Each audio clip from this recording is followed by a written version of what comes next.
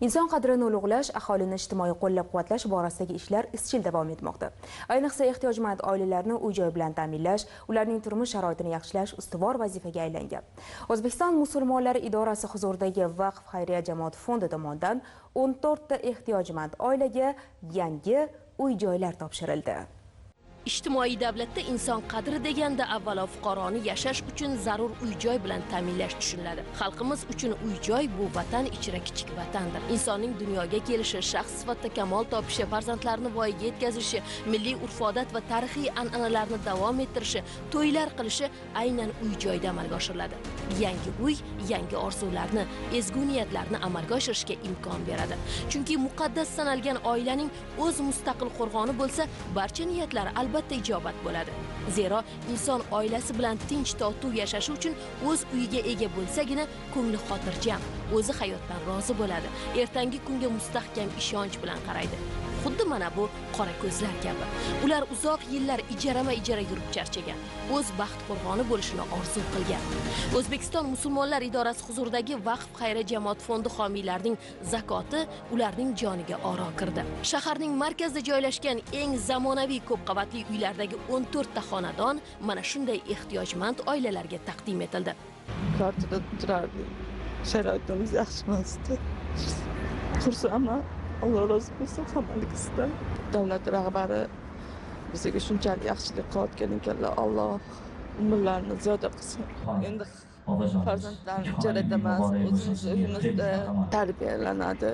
Uy bu vatan, odami, uyi baribir o'ziniki bo'lsa yaxshi.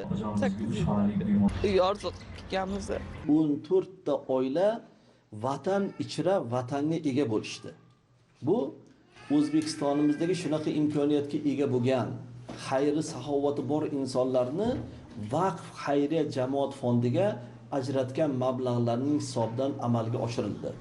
Va bu xayrli ishga hammamiz guvohmizki, davlatimizning rahbari, hurmatli prezidentimiz o'zlari bosh bo'lib berdilar. Shundan ilhomlangan imkoniyati bor aholimiz Vaqf xayriya jamoat fondiga o'zlarining zakotlarini, o'zlarining ihsonlarini ulashdilar. Va mana shu jamoat fondi tashkiliy ravishda O'zbekistonimizda ehtiyojmand oilalarga, boquvchisini yo'qotganlarga, yetimi bor oilalarga, bemorlarga mana shu xayriya ishlarini amalga oshirishlikda ko'maklashmoqdamiz.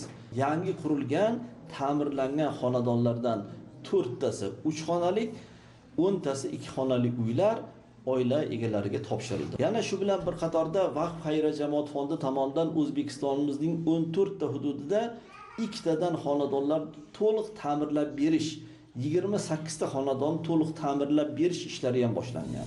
Ushbu tashabbus davlatimiz rahbarining 2025-yil 26 dekabrdagi ijtimoiy himoyaga muhtoj aholi qatlamlariga davlat ijtimoiy qo'llab-quvvatlash choralarini taqdim etish tizimini tubdan takomillashtirish chora-tadbirlari to'g'risidagi farmonida belgilangan vazifalar ijrosining amaliy ifodasidir.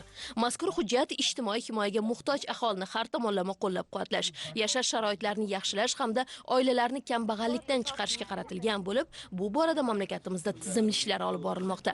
O'z navbatda Vaqf xayriya jamoat fondi ham ehtiyojmand aholiga moddiy, ma'naviy yordam ko'rsatish bo'yicha jadal faoliyat yuritmoqda.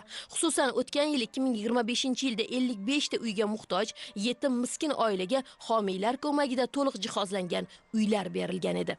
Bu yilgi xayriya ishlarining davomi sifatida Sergeli tumanida qurilgan yangi ko'p qavatli uylardan 14 ta tayyor xonadon uzoq yillardan beri boshpanasiz yurgan oilalarga sovg'a qilindi. Yangi O'zbekistonda inson qadri nechog'lik qadrlanayotganligiga bugun yana bir bor guvoh bo'lib turibmiz. Hurmatli prezidentimizning shaxsan tashabbuslari bilan tashkil etilgan Vaqf xayriya jamoat fondi bugun mana shunday xayrli ishlarni eng kattalardan birini amalga oshiryapti deb bugun hammaga baralla aytishimiz mumkin bo'ladi. Chunki bugun 14 ta ehtiyojmand xonadon, 14 ta qora ko'z, ularni xonadonlarda ta'lim, tarbiya olayotgan farzandlarga juda ham katta xursandchilik ulashildi. Hurmatli prezidentimiz mana shunday o'zlari barcha aziz yurtdoshlarimizni ehtiyojmand bo'lgan xonadonlarga yordam qo'lini cho'zishlik uchun o'zlari bu ishni avvalda mana shu Ramazon kunlarida boshlab berdilar. 1 trillion 100 milliardga yaqin pulni o'z egalariga yetib borishligini maqsad qilindi. Bu kabi xayrli ishlardan ruhlangan aziz vatandoshlarimiz ham qarab turmadilar. Shirin Odilova 3 farzandi bilan ijarada yashagan, 20 yil o'z uyi bo'lishini orzu qilgan. Turmush o'rtog'i ikkinchi guruh nogironi. Bugun uning ham o'z baxt qo'rg'oni bor. Shu 20 yildan beri ijarada turdik. Xo'jayinimning ikkinchi guruh nogironi, sahrli diabetlari bor, ko'zlari ko'rmaydi yaxshi. 20 yildan beri shu orzuyimiz, o'zimizni vatanimiz, o'zimizni alohida uy-joyimiz bo'lgani yaxshi deb baribir mana Allohga shukr berdi. Mana deydi, o'zingiz uyingizda baribir yayrab yashaganingizga nima yetsin, bolalaringiz bilan xohlaganingizni qilib, xohlaganingizcha nima deydi. Yashagan baribir boshqa-da. Prezidentimizga rahmat. Shunchalik bizani qo'llab-quvvatlayotganlarga, eshitayotganlarga, bizdagi qiynalganlarga yordam qilayotganlarga Alloh rozi bo'lsin, baraka topsinlar. Ha, bugun o'z uylariga ko'chib o'tgan yurtdoshlarimiz hayotidan mamnun, taqdiridan rozi. Ayniqsa nogironligi bor hamda uy-joyga muhtoj oilalarga mana bunday zamonaviy xonadonlarning kaliti topshirilishi bugungi islohotlarning samarasi deyish mumkin. Uy topshirish marosimi haqiqiy quvonch va mehr-oqibat bayramiga aylanib ketdi.